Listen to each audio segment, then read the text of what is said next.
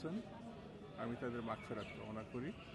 আল্লাহ যেন তাদেরকে বেস্ট নসিব করেন। আমিন। এই সংগঠন এরশাদ বিরোধী আন্দোলনে ভূমিকা পালন করেছে। এই সংগঠন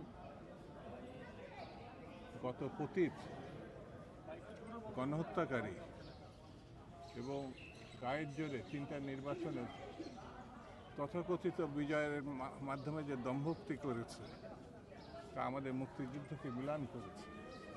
আমাদের গণতান্ত্রিক আন্দোলনে যারা শহীদ হয়েছে তাদেরকে উপহাস করেছে। তারা এই দেশ থেকে যে কারণে পালিয়ে যেতে বাধ্য হয়েছে। ঠিক। এই সংগঠন এখন যে আদর্শ উদ্দেশ্য নিয়ে এতদিন প্রতিষ্ঠা হয়েছে, এগিয়ে গেছে, তারই প্রেক্ষিতে আজকে আমাদের জনাব তারেক রহমান প্রধানমন্ত্রী, বিএনপি ক্ষমতাসীন একটি রাজনৈতিক দল।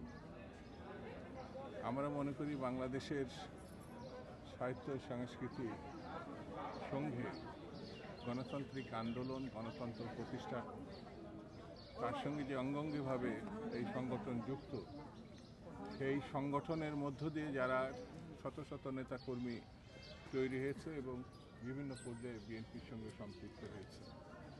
বন্ধুরা, আমি এই সংগঠনের পূর্ণবার শ্রীবৃদ্ধি এবং অগ্রগতি প্রত্যাশা করছি।